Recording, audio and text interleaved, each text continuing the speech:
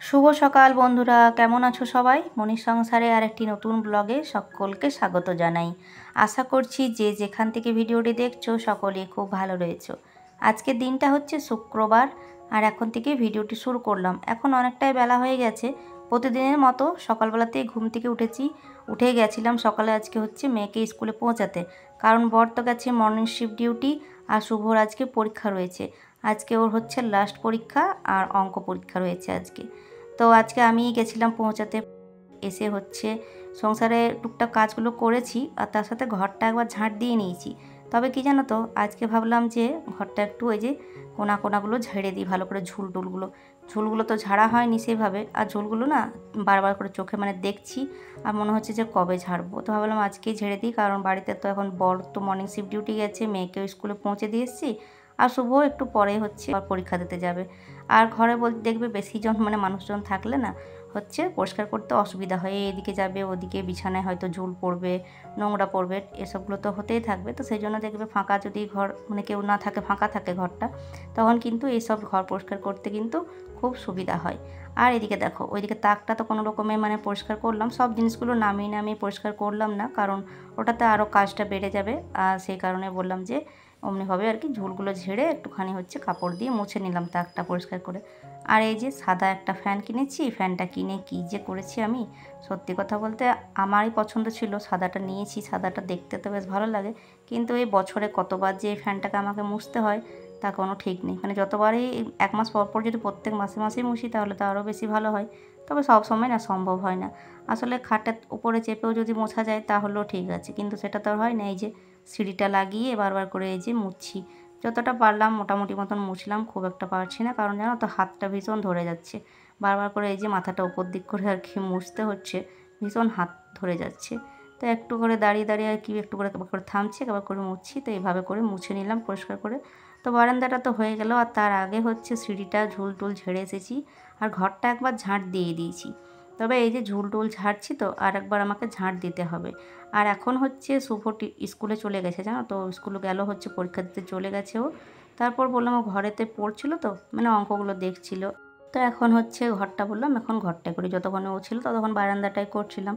তবে আজকে কোনো রকম কোনো ঘড়ির দিকে তাকাবো না, কারণ সব দিন হচ্ছে ঘড়ির দিকে তাকালে কিন্তু হয় না।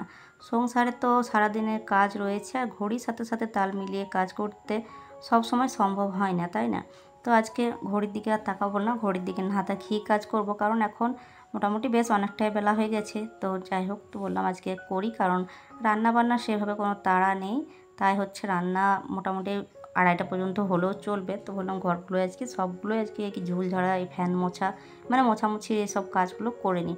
আগে জানো তো, যখন হচ্ছে এই সিঁড়িটা কিনে নিই তার আগে বরের সাহায্য নিয়ে এই কাজটা করতে হতো। এই তাকগুলো তো আমি পারতাম না, দিয়ে ওকে হচ্ছে বলতাম একটু পরিষ্কার করে দিতে। তো কদিন থেকে যে ওকে বলতে হতো, তারপর গিয়ে হচ্ছে একদিনের সময় হতো। তবে এখন সিঁড়িটা কিনে সুবিধা হয়েছে, যে কারণে আমি নিজে এটা করে নিতে পারি। যখন বরকে দিয়ে করাতাম তখন ও একটা করে জিনিসগুলো নামাতো, আমি মুছে টুছে দিতাম, আবার তুলে দিত।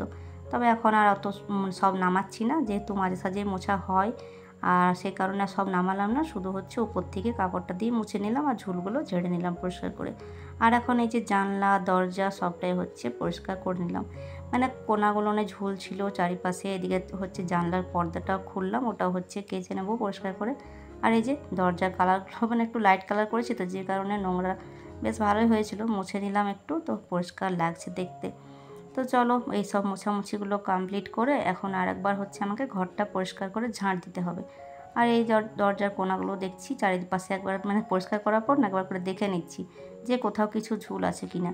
পুজো আসার আগেটাতে কিন্তু আমাদের প্রত্যেকেরই একটু বেশি করে খাটালি হয়। পুজো আসার আগে আমরা হচ্ছে ঘরদোর সব ভালো করে প্রতিদিন করে থাকলেও পুজোর আগেটাতে কিন্তু যদি কেউ কোনোদিন নাও করে থাকে তাহলে কিন্তু পুজোর আগেটাতে করবে, তাই না? আর পুজো আসার আগে আমরা ঘর বাড়িগুলো পরিষ্কার করি এই কারণে যে নতুন জামা কাপড় পরবো সবাই, তার সাথে সাথে যাতে ঘরগুলো তো সমস্ত জিনিসপত্র নতুন করে কেনা যায় না বা কিছু, তার জন্য হচ্ছে যাতে ঘরের জিনিসগুলো সবটা ধোয়া মোছা করা হয়, এই কারণে যাতে একটু জিনিসগুলোও সেই নতুনত্ব মতো দেখায় আর কি, পরিষ্কার পরিচ্ছন্ন চারিদিক যেমন দেখায় সেভাবে করে আর কি। সেই জন্য পরিষ্কার বেশিরভাগ সবাই হচ্ছে করে থাকি আমরা। তো দেখো, সিঁড়িঘর থেকে শুরু করে রান্নাঘর, বারান্দা, রুম সবটাই হচ্ছে আজকে একদম ক্লিন করে নিলাম। শুধু বাকি রইল একটু শোকেসের কাজগুলো, আর যে দেওয়াল শোকেসটা রয়েছে সেইটা। তো ওটাকে একদিন হচ্ছে কোনো সময় আর কি করে নিলেই হয়ে যাবে।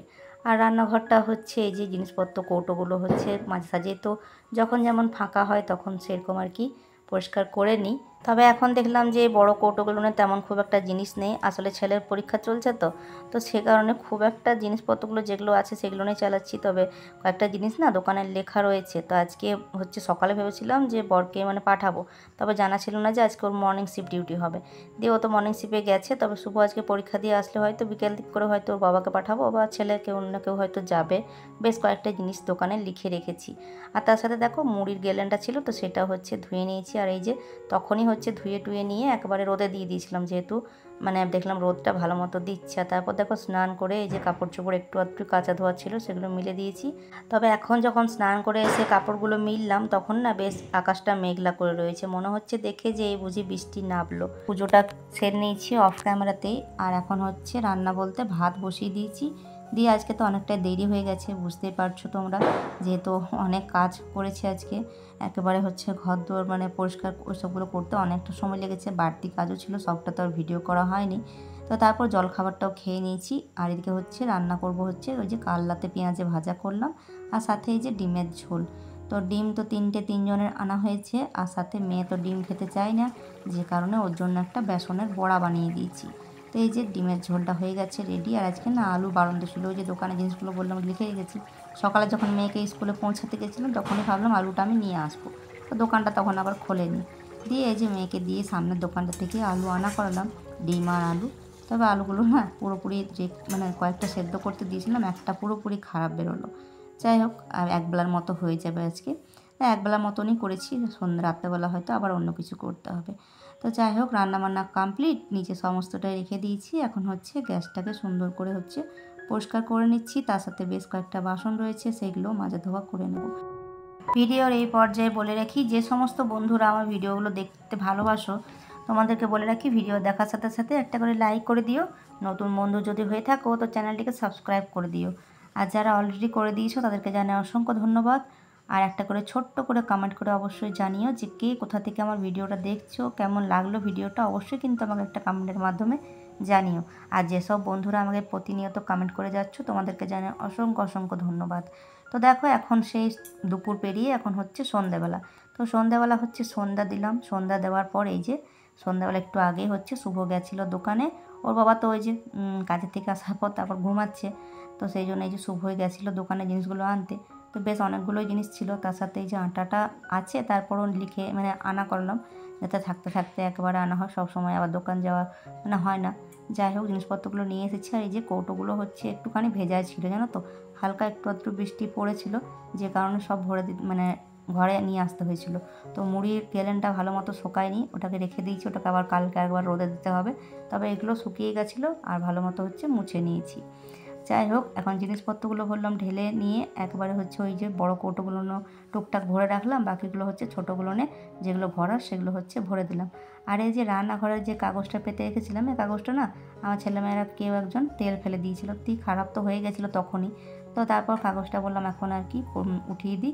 ভেবেছিলাম যে আর একটা পাতবো, তবে ভাবছি না থাকবে, এরকমই ভালো, এরকমই বরঞ্চ পরিষ্কার করতে পারবো, একটু ধুলোটা মানে মুছতে পারবো, তো যে কারণে হচ্ছে তুলে দিলাম।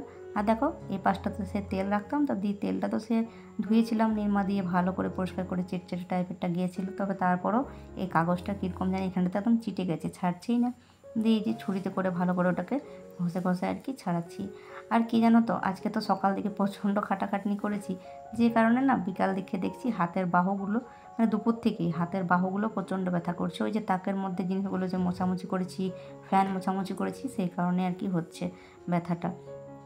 কী করবো, গৃহিণীরা আমরা হচ্ছে যে সারাদিনে পরিশ্রম করি, এই যে অক্লান্ত পরিশ্রম করি সারাদিন থেকে রাত। এই যে দেখো এখন সন্ধ্যার পরও মনে হচ্ছে যে রান্নাঘরটা গুছিয়ে নিই পরিষ্কার করে, সেই তো আমাকে গোছাতে হয়, মানে মাঝে সাঝেই তো গুছিয়ে থাকি।